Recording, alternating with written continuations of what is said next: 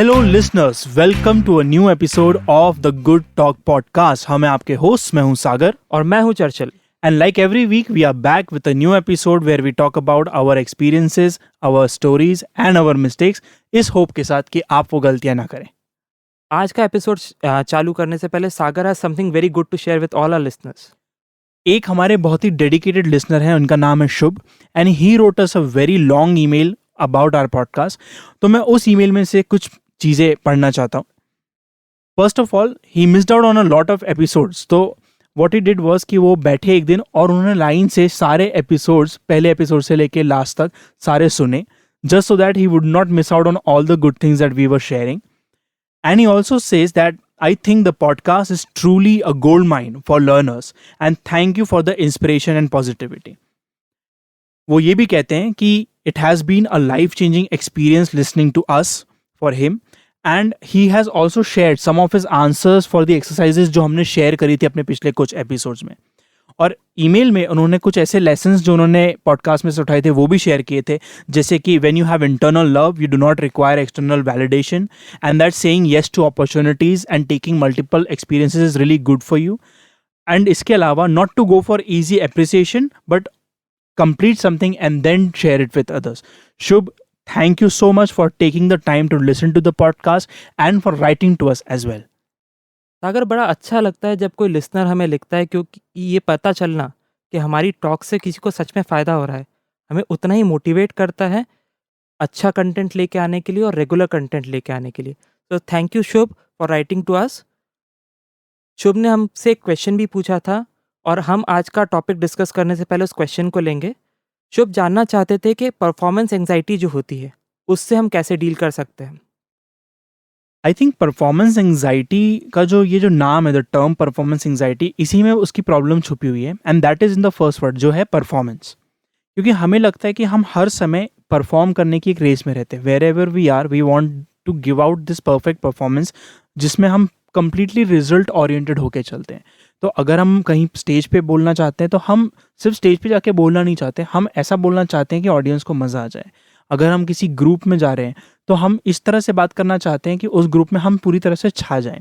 So we are really focused on doing it perfectly, doing it as a performance. और यहीं से जो anxiety, जो फियर, जो घबराहट होती है, यहीं से उसका जन्म होता है। एक चीज़ और अगर आपने नोटिस की हो तो जो परफॉर्मेंस एंग्जाइटी होती है वो इंटरव्यूज़, वाइवाज, प्रेजेंटेशन या किसी नए इंसान या ऐसे इंसान से बात करना जिसको हम पसंद करते हैं उस समय ज़्यादा आती है। पर हम रिटन टेस्ट में भी परफॉर्म ही कर रहे हैं, उस जगह नहीं आती है। तो यहाँ पे एक बड़ी अलग चीज़ निकल के आती है कि हम फियर ऑफ जजमेंट से डरते हैं जिसका रिजल्ट लाइव मिल रहा हो। तो जब हमें पता है कि कोई लाइव हमें जज कर रहा है और हमें देख सकता है तो ये परफॉर्मेंस एंग्जाइटी ज़्यादा बढ़ जाती है as compare to written test में जहाँ पे अभी आपका परफॉर्मेंस एवेल्यूएट नहीं होने वाला है। तो ये भी समझ लेना कि ये जो परफॉर्मेंस एंग्जाइटी होती है ये सभी को होती है, काफ़ी हेल्प करता है। ये कोई आपके लिए यूनिक चीज़ नहीं है कि आप अकेला इस चीज़ को फेस कर रहे हैं, सभी के साथ होता है और आपके साथ भी होता है। तो जब आपको ये पता है कि सभी को इसके साथ प्रॉब्लम है तो आप थोड़ा सा काम डाउन हो जाते हैं इस चीज़ को टैकल करने में। हम अक्सर लुकअप करते हैं डिफरेंट सेलिब्रिटीज़ और ऐसे लोग जो हमको इंस्पायर करते हैं उनको, and if you read about them, आप अगर उनकी लाइफ स्टोरीज सुने या अगर आप उनके इंटरव्यूज़ वगैरह सुनेंगे तो दे विल शेयर कि in the beginning of their journeys also they were equally afraid. उनको तब भी उतना ही डर लगता था जब जैसा कि हमें आजकल लगता है। तो ऐसा नहीं है कि वो हमसे कुछ यूनिक है, they are simply doing something for a long time, और इसलिए उनका कंफर्ट लेवल हमसे थोड़ा आगे रहता है। इनफैक्ट ऐसे बहुत सारे लोग हैं जो कभी भी कंफर्टेबल नहीं होते और उसके बावजूद भी वो चीज़ करते रहते हैं जो उन्हें पसंद होती है। इसमें एक एग्जाम्पल मुझे याद आता है, there is a comedian called Mitch Hedberg. He is no more with us unfortunately, पर उनको भी स्टेज फ्राइट की बहुत ज़्यादा दिक्कत थी, उनको परफॉर्म करना पड़ता था, and yet he was really afraid of being in front of people. तो अगर आप उनके परफॉर्मेंसेस देखेंगे जो यूट्यूब पे भी अवेलेबल हैं, यू विल सी कि वो पूरे समय सनग्लासेस पहन के रखते थे, उनके बाल लंबे रहते थे, बाल आंखों पे छुपा के रखते थे, और परफॉर्मेंस के बीच में वो ऑडियंस से उल्टे तरफ, दीवार की तरफ देखने लगते थे या पीछे जाके बैठ जाते थे और फिर वापस आते थे और फिर वापस अपनी बात शुरू करते थे। तो someone who is suppose to be performing, अगर वो इस तरह से अपनी स्टेज फ्राइट से डील करते हुए कर सकता है, तो there is no reason why we can not deal with our own performance anxiety as well. I think that is a very good example ये देखने का कि जिसका प्रोफेशन ही उस चीज़ से चल रहा है एंड उनके साथ वो प्रॉब्लम इतनी बड़ी है कि वो फेस भी नहीं कर पा रहे हैं and still he struggling and doing it, goes to show कि आपके पास डरने का कोई कारण नहीं है। और मुझे लगता है कि प्रैक्टिस मेक्स यू बेटर। तो जब हमने फर्स्ट एपिसोड इस पॉडकास्ट का रिकॉर्ड किया था, तो हम दोनों भी थोड़ा घबराए हुए थे, अटक रहे थे, राइट। सोच रहे थे। बट जैसे-जैसे हम आगे बढ़ते जा रहे हैं, हमें एक कम्फर्ट लेवल आता जा रहा है और प्रैक्टिस के साथ अब हम बेटर होते जा रहे हैं। ऑल्सो मुझे लगता है परफॉर्मेंस एंग्जायटी कम करने में बड़ा हेल्प करता है प्रिपरेशन। तो अगर आप पहले से प्रॉपर्ली प्रिपेयर्ड हैं, आपको पता है कि आपको क्या करना है, आपने प्रॉपर्ली प्रैक्टिस किया है, तो आपका सेल्फ डाउट वाला फैक्टर बड़ा कम हो जाता है। तो आपकी एंग्शियसनेस थोड़ी लेवल डाउन, टोन डाउन हो जाती है और आप बेटर परफॉर्म कर पाते हैं। हम सब अलग-अलग सिचुएशंस में एंग्जायटी फ़ील करते हैं। तो somebody might be very comfortable being on stage, but जब वो लोगों से मिलते हैं तो उनको बहुत घबराहट होती है। या फिर वो लोगों से जब मिलते हैं उनको कोई प्रॉब्लम नहीं होती, बस स्टेज पे जाके आप उनको बहुत घबराहट होती है। So you have to know कि आपको कहाँ-कहाँ ये चीज़ होती है एंड उसका ट्रिगर क्या-क्या है। जैसे कि मैं जब लोगों के बीच में जाता हूँ, तो if the group is very new, तो I find it very difficult to talk to them, क्योंकि अगर मैं किसी को जानता नहीं हूँ, तो एक हेलो कहना भी मेरे लिए उतना मुश्किल हो जाता है। अगर आपको पता है कि कहाँ पे आपको तकलीफ है, तो उस जगह पर आप एक्ट करके उस चीज़ पे काम करके आप उसको बेटर कर सकते हैं। So it's very important to know where in what situation are you good by default and where in what situations are you not that good right now.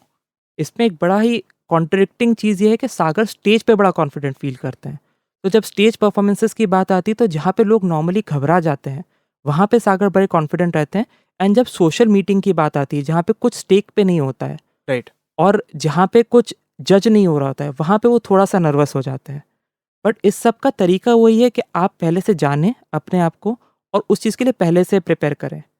तो एक बहुत अच्छी टिप जो लोग पब्लिकली जाके थोड़ा-सा घबरा जाते हैं, उनके लिए ये है कि आप जिस भी वेन्यू पे जा रहे हैं, वहाँ पे समय से पहले पहुँच जाएँ, ऑर्गेनाइज़र से बात कर लें और वहाँ पे काम करने लग जाएँ, या जैसे-जैसे लोग आ रहे हैं, आप एक-एक करके बात करना चालू करें। तो आपके ऊपर उतना एक्सट्रीम प्रेशर नहीं है एकदम से सारे लोगों के बीच में बात करने का। ऑल्सो जो लोग स्टेज पे जाने से घबराते हैं, उनके लिए अच्छी टिप ये है कि आप स्टेज पे पहले से पहुँच जाएँ, आप वेन्यू पे पहले पहुँचें। आप स्टेज पे 5-6 बार वॉक करके देख लें, आस-पास के एंट्री एग्ज़िट्स चेक कर लें, वॉशरूम कहाँ है, ये चेक कर लें और जगह से अपने आप को फ़ैमिलियराइज़ कर दें। क्योंकि एंग्ज़ायटी जब ट्रिगर होती है, तो वो रैंडम वेज़ में ट्रिगर होती है। सो आप घबरा रहे हैं परफ़ॉर्मेंस को लेके और एकदम से आपको वॉशरूम जाना है। अब आपको वॉशरूम नहीं मिल रहा है। तो ये छोटा-सा फैक्टर जिसका कोई रिलेशन नहीं है परफ़ॉर्मेंस से, वो भी ऐड ऑन कर जाता है उस पूरी परफ़ॉर्मेंस पे। तो अब जो-जो फैक्टर्स आपके कंट्रोल में हैं, आप उनको अगर टैकल कर लें, आप अपने साथ एक पानी की बॉटल रख लें, आप एंट्री और एग्ज़िट चेक कर लें, आप वॉशरूम पता कर लें, आपने लाइट मील लिया हो पहले, ये सब चीज़ें अगर आप अपने कंट्रोल में कर लेंगे, तो बाकी चीज़ें थोड़ी-सी आसान हो जाएगी, क्योंकि अब आपके पास पाइल अप करने के लिए वरीज़ नहीं है। और जल्दी पहुंचना तो मेरे को लगता है हर सिचुएशन में हर जगह ही अच्छा होता है, क्योंकि उससे आपके एक्सपीरियंस में ऐसी चीज़ ऐड हो जाती है जो बाद में आके आपको कभी मिलेंगी नहीं। जैसे आपने शेयर किया कि you can talk to the organiser if you reach early, क्योंकि ऑर्गेनाइजर मोस्ट लाइकली वहाँ पहुँच चुका होगा, वो वहाँ पे अलग अलग काम करवा रहा होगा। You can even help in whatever they are trying to do there. और उससे क्या होता है कि आपका एक कंफर्ट उस जगह से, उन वहाँ पे जो लोग आ रहे हैं उनसे, और जो लोग धीरे धीरे वहाँ पे आना शुरू होंगे उनसे पहले ही बनता चला जाता है। तो वहाँ पे बात करना, अपनी बातें रखना ईज़ी हो जाता है। यही चीज़ अगर आप एक ग्रुप में अप्लाई करें, तो ऑफ कोर्स आप कब किसी ग्रुप से मिलेंगे आपको नहीं मालूम है, पर उस ग्रुप में you can look for familiar faces. ऐसे बहुत सारे ग्रुप्स होते हैं जिनसे हम रेगुलरली मिलते हैं, और वहाँ पे कुछ लोग हैं जो हमेशा आते ही हैं, आपके ऑफ़िस में या फिर ऐसे इवेंट्स में जहाँ आप जाते रहते हैं वहाँ पे। और उन फ़ैमिलियर फेसेस से बात करना आपको ईज़ी लगेगा, क्योंकि आप उन्हें जानते हैं। तो पहले उनसे बात कीजिए, और उनके through you can start talking to other people in the group. तो ये मैं हमेशा करता हूँ कि I focus on people I know, ताकि उनको हेलो बोल के मैं एटलीस्ट ग्रुप में पहुँच तो जाऊँ। And I have to really force myself still, क्योंकि फिर भी आपको डर तो लगता ही है। आपको लगता है कि आप जज किए जा रहे हो, and for someone who is very comfortable around people, उनको ये बहुत अजीब लगेगा। पर जो नहीं है, जैसे कि मैं, हुँ। तो उनके लिए एक ग्रुप में जाना भी बहुत बड़ा काम होता है। So I look for familiar faces and then through that I go into the group. Also जब हम पहले पहुंच जाते हैं या किसी जगह पे लंबे समय तक रहते हैं, तो कंफर्ट ऑटोमेटिकली बिल्ड हो जाता है। वो किस तरीके से होता है, अगर आपने कभी नोटिस किया हो कि आप किसी रूम में एकदम से एंटर करते हैं और उस रूम में बहुत ब्राइट लाइट है, तो आपकी आइज़ एडजस्ट करने करती हैं। आप साउंड से एडजस्ट करते हैं, वहाँ पे जो चैटर चल रही होती है या लाउड म्यूज़िक होता है उससे एडजस्ट करते हैं। सो अगर आप वेन्यू पे पहले पहुँचे हैं, तो आपकी आईज़ और आपके ईयर्स और बाकी सेंसेस उस आसपास के एनवायरनमेंट से अकस्टम कर चुके हैं। तो अब उन सब के ऊपर प्रेशर नहीं है उन सब चीज़ को बियर करने का, एंड आपका माइंड अब क्लियरली थिंक कर सकता है।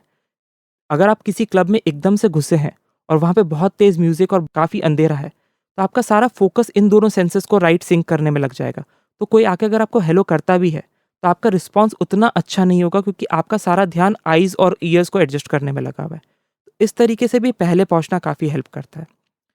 अपार्ट फ्रॉम दैट मुझे लगता है एक फ़ियर सेटिंग एक्सरसाइज़ भी बहुत अच्छी होती है इस तरह के सिनेरियोज़ में।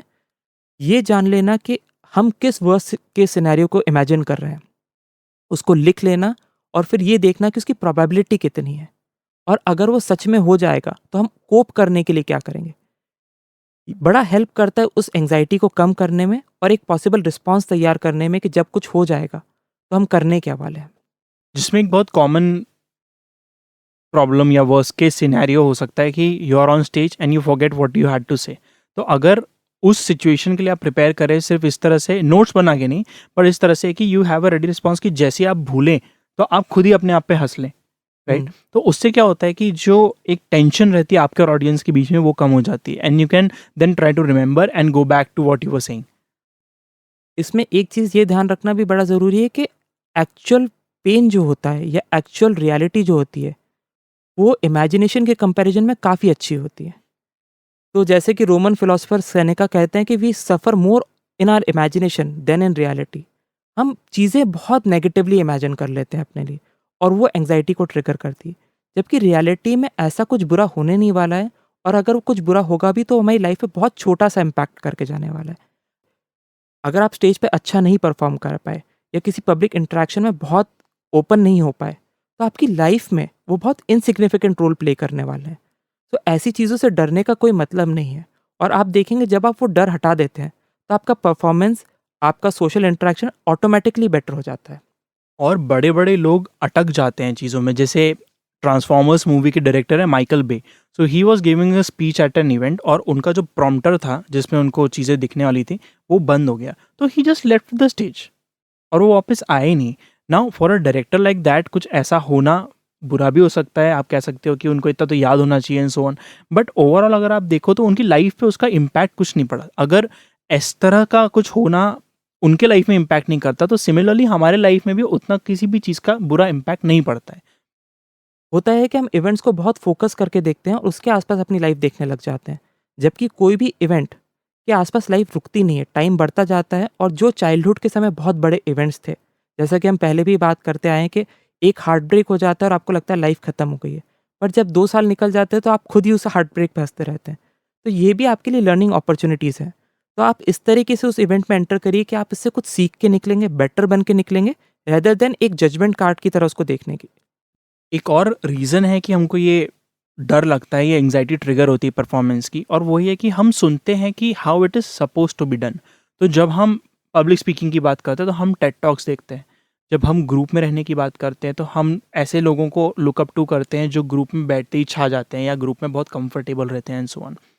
पर इट इज़ वेरी इंपॉर्टेंट कि आप परफॉर्मेंस देने किसी भी सिचुएशन में मत जाओ। If you are trying to live up to something that you see out there, तो आप वो जो आपकी स्ट्रेंथ्स होंगी उनको यूज़ नहीं कर रहे होंगे।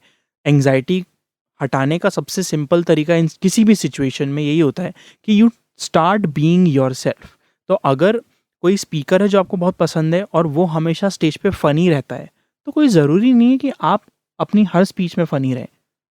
ऐसे बहुत से स्पीकर्स हैं जो कभी भी स्टेज पे फ़नी नहीं होते।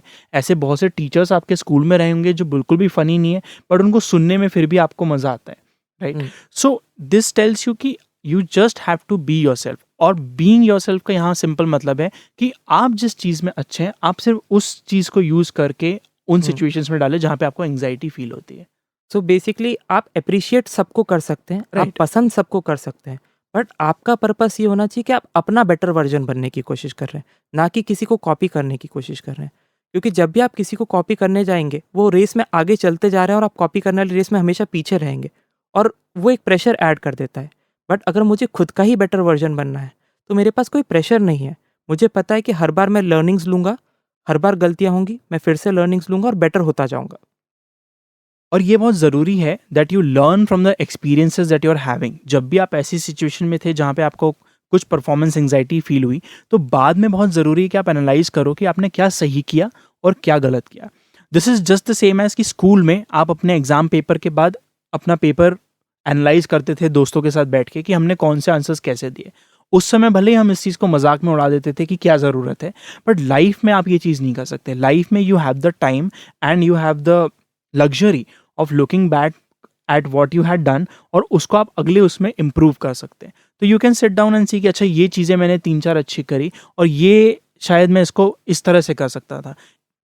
इसलिए नहीं ताकि आप इन सब कुछ चीज़ों के नोट्स बना लें और उनको याद करने का प्रेशर अपने पर डालें, पर इसको लिख लेने से या इसको एक बार बैठ के सोच लेने से ये आपके कॉन्शियस माइंड में रहते हैं और बाद में ये आपको काम आते हैं। और एक चीज़ मैं इसमें और ऐड करना चाहता हूँ, और वो ये है कि जो भी आपको अनकंफर्टेबल करता है उसको बार बार करने से ही आप कंफर्टेबल होगे। तो instead of running away from every situation, आपको वहाँ पे टिकना है। अगर आप ग्रुप में जा रहे हैं और वहाँ पे खड़े होकर आप बात करने में कतराते हैं, तो the more you do it the better you would get at it. मेरी एक प्रॉब्लम जो अभी भी मैं फेस करता हूँ वो ये है कि इन अ ग्रुप मुझे समझ नहीं आता कि मैं एग्जिट कैसे करूँ। तो मुझे समझ नहीं आता कि उस कॉन्वर्जेशन से बाहर कैसे जाया जाए। इसको सीखने का मेरे पास एक ही तरीका है कि मैं ग्रुप्स में जाऊँ, मैं बात करूँ और बार-बार वहाँ से एग्ज़िट करने की कोशिश करूँ, ताकि मुझे समझ में आए कि कैसे बाय बोला जाता है। तो you can not do that without actually experiencing over and over जो आपको करना है, और उससे भागना नहीं। ऑल्सो जब ये चीज़ आप काफ़ी बार करते हैं तो आप दूसरे लोगों को भी नोटिस करते हैं एंड आप देखेंगे कि किसी ने बहुत ही ग्रेसफुली एग्जिट किया है, तो आप उसकी टेक्निक यूज़ कर सकते हैं और वो यूज़ कर सकते हैं अगली बार एग्जिट करने के लिए। सो आई होप शुभ हमने आपके क्वेश्चन को अच्छी तरीके से हैंडल किया है और कुछ ऐसे पॉइंट्स आपको दिए जिनको आप यूज़ कर सकते हैं और इम्प्रूव कर सकते हैं। अगर हमारे बाकी लिसनर्स के पास भी हमारे लिए कोई क्वेश्चंस हैं तो वो हमें contact@thegoodtalk.in पे लिख सकते हैं। तो अब हम अपने इस एपिसोड के टॉपिक की तरफ बढ़ते हैं, which is remembering names, why you should do it and how you can do it. किसी भी इंसान का नाम याद रखना बड़ा ही इम्पोर्टेंट एस्पेक्ट है। इसको समझने का सबसे आसान तरीका ये है कि अगर आप 2 लोगों से मिले हैं और आप उन्हीं दोनों लोगों से अगले दिन मिलते हैं और उनमें से सिर्फ एक इंसान आपका नाम याद रखता है, तो आप किस इंसान को ज़्यादा पसंद करेंगे?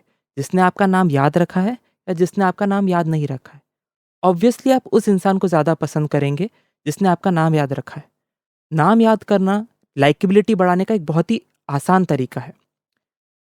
95% पीपल आउट देयर नाम याद नहीं रख सकते। तो अपने आप को डिफरेंशिएट करने के लिए आप उस 5% में बहुत ईज़िली आ सकते हैं जो लोगों का नाम याद रखते हैं।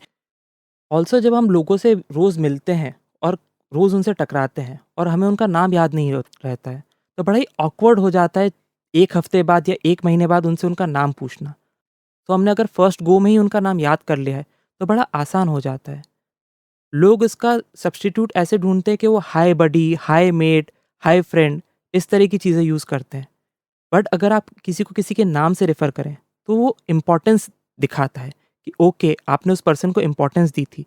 तो इनवेरिएबली वो पर्सन भी आपको उतनी ही इम्पोर्टेंस देता है और आपकी बातों में उतना ही इंटरेस्ट शो करता है।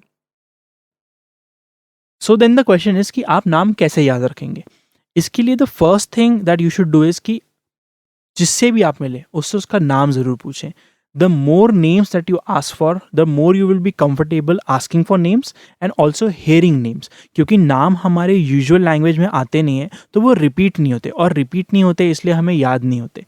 अगर हम बार बार लोगों से नाम पूछते हैं, तो जब लोग नाम बोलते हैं हम उस टाइम अटेंशन देना शुरू करते हैं, और अटेंशन से ही आपको चीज़ें याद होती हैं। और नॉर्मली होता क्या है कि हम नाम सुनते ही नहीं हैं। कोई इंसान अपना नाम बताता है और हम इतना बिज़ी होते हैं उससे हैंडशेक करने में या हम क्या बोलने वाले हैं ये सोचते हुए कि वो नाम सुनते हैं और वो कान से पास होके निकल जाता है।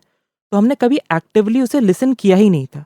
तो बड़ा ज़रूरी है ये अटेंशन देना कि जब किसी इंसान ने अपना नाम बताया है तो हम ध्यान से उसे सुने और रजिस्टर करें। जब आपने ये सुन लिया, इसका सबसे आसान तरीका ये है कि अगर किसी ने अपना नाम बताया कि हाय आई एम आकाश, तो आप उससे हाथ मिलाते हो तो उसे बोले हाय आकाश। और इससे आप ऑलरेडी एक रेपिटेशन ऐड कर देते हैं। अगर आपको ऐसा लगता है कि सामने वाले ने अपने आप को इंट्रोड्यूस नहीं किया, तो you can introduce yourself and then ask for their name. तो यू कैन से हाय, मेरा नाम सागर है, what's your name.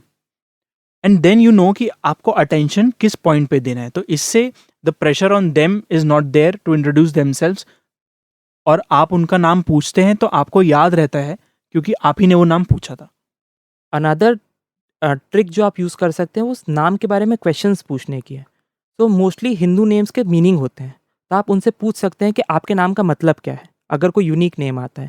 So that elongates the conversation. और क्योंकि अब आपके पास उस नाम का मीनिंग है, तो अब आपकी याद रखने की प्रोबेबिलिटी बहुत बढ़ गई है। एक बहुत ही सिंपल तरीका इस चीज़ को अंडरस्टैंड करने का ये है कि अगर मैं आपको बोलूँगा कि उस बेकर को याद रखना या मिस्टर बेकर को याद रखना, तो आप किस चीज़ को ज़्यादा याद रखेंगे?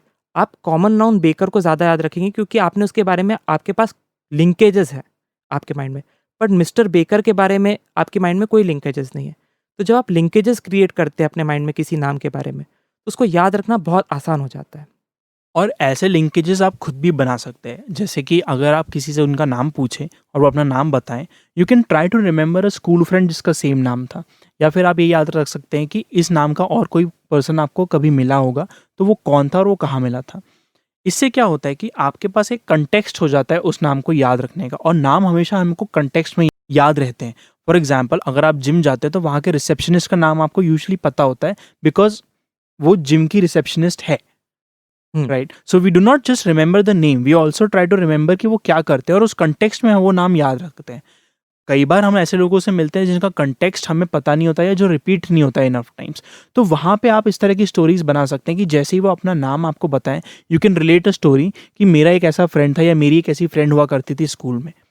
उनके लिए नहीं, बट आपके लिए, ताकि ये कंटेक्स्ट आपको हमेशा याद रहे कि इस पर्सन ने जो नाम कहा था उसको आप पहले से जानते थे। कोई ज़रूरी नहीं कि आपका सच में ऐसा कोई दोस्त या सब कोई ऐसा फ्रेंड रहा हो स्कूल में, पर आप ये इन्वेंट कर सकते हैं just to make it easier for you to remember. So आप लोगों से उनके नाम की स्पेलिंग पूछ सकते हैं। तो आजकल लोग अपने नाम में एक एक्स्ट्रा ए लगा देते हैं, एक एक्स्ट्रा ई लगा देते हैं, या आई और ई को रिप्लेस कर देते हैं। तो आप उनसे उनके नाम की स्पेलिंग पूछ सकते हैं ताकि आप उनमें एक इंटरेस्ट भी शो कर सकें, और क्योंकि वो अपने नाम की स्पेलिंग वापस बोलेंगे, तो आप चांसेस ज़्यादा हैं कि आप उस नाम को याद रखेंगे। इसके साथ ही एक और टेक्निक जो आप यूज़ कर सकते हैं, वो है विजुअलाइज़ेशन की। तो जैसे मैं कल एक नए पर्सन से मिला था जिनका नाम राहुल था। तो जब भी राहुल नाम याद आता है तो मुझे शाहरुख खान याद आता है। तो मैंने उस पर्सन को इमेजिन किया कि वो शाहरुख खान जैसे ऐसे बाहें फैला के खड़ा है और गाने गा रहा है, और उसकी बहुत बड़ी बियर्ड थी। तो मैंने देखा कि शाहरुख खान की बियर्ड आ गई है और अब वो बाहें फैला रहा है और गाने गा रहा है। तो अब मेरे माइंड में लिंकेज बन गया कि बियर्ड वाला इंसान जो है वो राहुल है, क्योंकि वो बाहें फैला के गाने गा रहा था। तो आप इस तरह की विजुअल क्यूज यूज़ कर सकते हैं नाम याद रखने के लिए, क्योंकि ऑडिटरी सिग्नल्स हमारा माइंड इतना क्लियरली ध्यान नहीं रखता है, बट विजुअल सिग्नल्स बहुत क्लियरली याद रखता है। अगर आपके पास कोई ऐसा विजुअल क्लू नहीं है तो आप स्टोरीज में से नाम पिक कर सकते हैं। जैसे yesterday only I met a person named Vikram. तो मुझे विक्रम से विक्रम बेताल की कहानी याद आती है, तो मैंने याद किया कि वो बेताल जैसे कुछ कंधे पे लेके चलते हुए जा रहे हैं। अब जब भी मैं उनको देखता हूँ तो मुझे याद आता है कि कंधे पे वो एक लाश डाल के ले जा रहा है, एंड उनको देख के मुझे हमेशा इंस्टेंटली याद आता है कि ओके ये विक्रम है। And this goes back to the same thing कि आपको नाम हमेशा कंटेक्स्ट में याद रहेंगे, पर कंटेक्स्ट हमेशा आपके पास हो ये ज़रूरी नहीं है। सो इसलिए आपको इस तरह के क्यूज से कंटेक्स्ट देना पड़ता है अपने माइंड को, ताकि उसको नाम याद रहे। जैसे मेरा नाम काफ़ी यूनिक है, चर्चिल। काफ़ी लोगों को बड़ी डिफ़िकल्टी होती है इस नाम को याद रखने में, बट बाकी काफ़ी लोग बड़े आसानी से इस नाम को याद रखते हैं और काफ़ी लंबे समय तक याद रखते हैं और कभी भूलते नहीं हैं। तो जिन भी लोगों को मेरा नाम याद होता है, वो उसको हमेशा विंस्टन चर्चिल से रिलेट कर लेते हैं, जो कि ब्रिटेन के प्राइम मिनिस्टर थे वर्ल्ड वॉर 2 के टाइम पे। तो उनके लिए ये याद रखना बड़ा आसान हो जाता है। तो अगर आप किसी नाम को किसी भी कॉन्टेक्स्ट से जोड़ सकते हैं, भले ही वो रियल हो या आपके माइंड में क्रिएट किया हुआ हो, आपकी प्रोबेबिलिटी उस नाम को याद रखने की काफ़ी बढ़ जाएगी। एक ऑकवर्ड सिचुएशन अक्सर हो जाती है कि we know someone and we know कि हमें इनका नाम पता होना चाहिए, पर हमें उनका नाम याद नहीं होता। उन्होंने कभी हमें वो नाम बताया होता है, but we can no longer remember it, and it gets very weird and awkward कि हमें उनसे उनका नाम वापस से पूछना पड़ता है। तो इस सिचुएशन में मैंने एक सिंपल सी ट्रिक अपनाना शुरू किया है, and what I do is I go to them, और मैं नॉर्मल बात करता रहता हूँ उनसे, और मैं उनसे पूछता हूँ, बाय द वे आप पूरा नाम क्या लिखते हैं? या तो उस चक्कर में उनको अपना पूरा नाम बताना रहता है। हो सकता है उन्हें मालूम हो कि मैं क्यों उनसे पूछ रहा हूँ, पर वो कुछ बोल तो सकते नहीं है, पर उनको अपना नाम पूरा बताना पड़ जाता है। And on top of that जैसे ही वो अपना पूरा नाम बताएं, उनको उनके नाम या उनके सरनेम को लेके आप कोई भी स्टोरी बता सकते हैं जो आपके पास पहले से हो या जो आपने ऑन द स्पॉट इन्वेंट करी हो। इससे क्या होता है कि वो कॉन्वर्जेशन वैसा का वैसा फ्लो होकर आगे बढ़ जाता है और आपको नाम सुनने को भी मिल जाता है। इसमें एक और चीज़ ध्यान रखने की ज़रूरी है कि अगर आप किसी इंसान का नाम मिस कर गए फर्स्ट इंस्टेंट पे, या आप पहले से लोगों को जानते हैं जिनका नाम याद रखने की आपको अपॉर्चुनिटी नहीं थी, instead of making normal conversations, आप एक बार अपोलोजाइज करके उनका नाम पूछ लीजिए रैदर देन पोस्टपोनिंग इट, क्योंकि हो सकता है अभी एक ही हफ्ते पहले मिले हो और अभी नाम पूछना ऑकवर्ड लग रहा हो, पर ये एक हफ्ता 2 हफ्ते और 2 महीनों में बदल जाएगा और तब नाम पूछना और भी ऑकवर्ड लगेगा। और किसी तीसरे बंदे से उस इंसान का नाम पूछने से अच्छा है कि आप डायरेक्टली उसी से उनका नाम पूछ लें, क्योंकि जब आप डायरेक्टली उन्हीं से उनका नाम पूछते हैं तो इन अ वे आप उनको इम्पोर्टेंस दे रहे हैं और सामने वाले बंदे को ये रियलाइज़ होता है कि अच्छा, इस बंदे को मेरे में इंटरेस्ट है और ये सच में मेरा नाम जानना चाहता है। तो आप अपनी कमी एक्नॉलेज कीजिए और अब की बार उनका नाम ध्यान रखिए। और हर नाम याद रखने का प्रेशर अपने आप पे मत डालिए। It is very common and it is very understandable कि हम जिन जिन से मिलते हैं हमें उन सब का नाम याद रहे, ये कोई ज़रूरी नहीं है। हम ऑफ कोर्स कुछ टेक्निक्स यूज़ करके उनसे वो नाम वापस पूछ सकते हैं, but do make it a point कि you are very careful and attentive जब सच में कोई अपने आप को इंट्रोड्यूस कर रहा हो सकता है उसका भी नाम आपको बाद में याद नहीं रहे, लेकिन अपने आप को attentive banana, this is your goal. अगर आप अटेंटिव होंगे तो ऑटोमेटिकली ओवर टाइम आपको नाम याद रहने लगेंगे अपने आप से ही। और ये स्किल प्रैक्टिस से ही आती है। जितना आप प्रैक्टिस करेंगे उतनी ही आपकी स्किल होने लग जाएगी और एक पॉइंट के बाद आपको कॉन्शियस एफर्ट्स नहीं डालने पड़ेंगे नाम याद रखने के लिए। एंड मेक श्योर कि आप लोगों के लिए अपना नाम याद रखना ईजी बनाएं, यानी कि लोग आपको याद रखें। And you do that by introducing your self confidently. तो जब आपसे किसी ग्रुप में आपका नाम पूछा जाता है तो सिर्फ शर्मा के साइड हटने से की जगह एक स्क्रिप्ट रेडी रखें जो आप हर जगह हमेशा यूज़ करते हैं और कॉन्फिडेंटली अपना नाम बोलिए। और अगर आप कोई कंटेक्स्ट उस नाम में दे सकते हैं, जैसे कि मेरे नाम के साथ तो कई गाने जुड़े हुए हैं, तो वो उनको खुशी खुशी दीजिए। तो भले ही आपको उनका नाम इमीडिएटली याद नहीं होगा, पर उनको आपका नाम याद रहेगा और जब नेक्स्ट टाइम आप मिलेंगे आप उनसे पूछ सकते हैं, बाय द वे आपका नाम क्या है। इसके साथ ही हम इस डिस्कशन को एंड करते हैं और बिफोर एंडिंग मेरे पास एक बहुत ही अच्छी कोटेशन है डेल कार्नेगी की, विच सेज कि किसी भी इंसान को किसी भी लैंग्वेज में सबसे अच्छी साउंड उसके नाम की ही लगती है। तो लोगों का नाम याद रखिए और अपने आप को मेमोरेबल बनाइए। अब हम अपने नेक्स्ट सेगमेंट की तरफ मूव करते हैं, which is the exercise of the week. इस हफ्ते की एक्सरसाइज के लिए हम चाहते हैं कि हमारे सभी लिसनर्स अपनी 10 पॉजिटिव क्वालिटीज़ लिस्ट करें। होता यह है कि हम जब लाइफ की हड़बड़ में चलते हैं तो हम सिर्फ नेगेटिव पे फोकस करते हैं।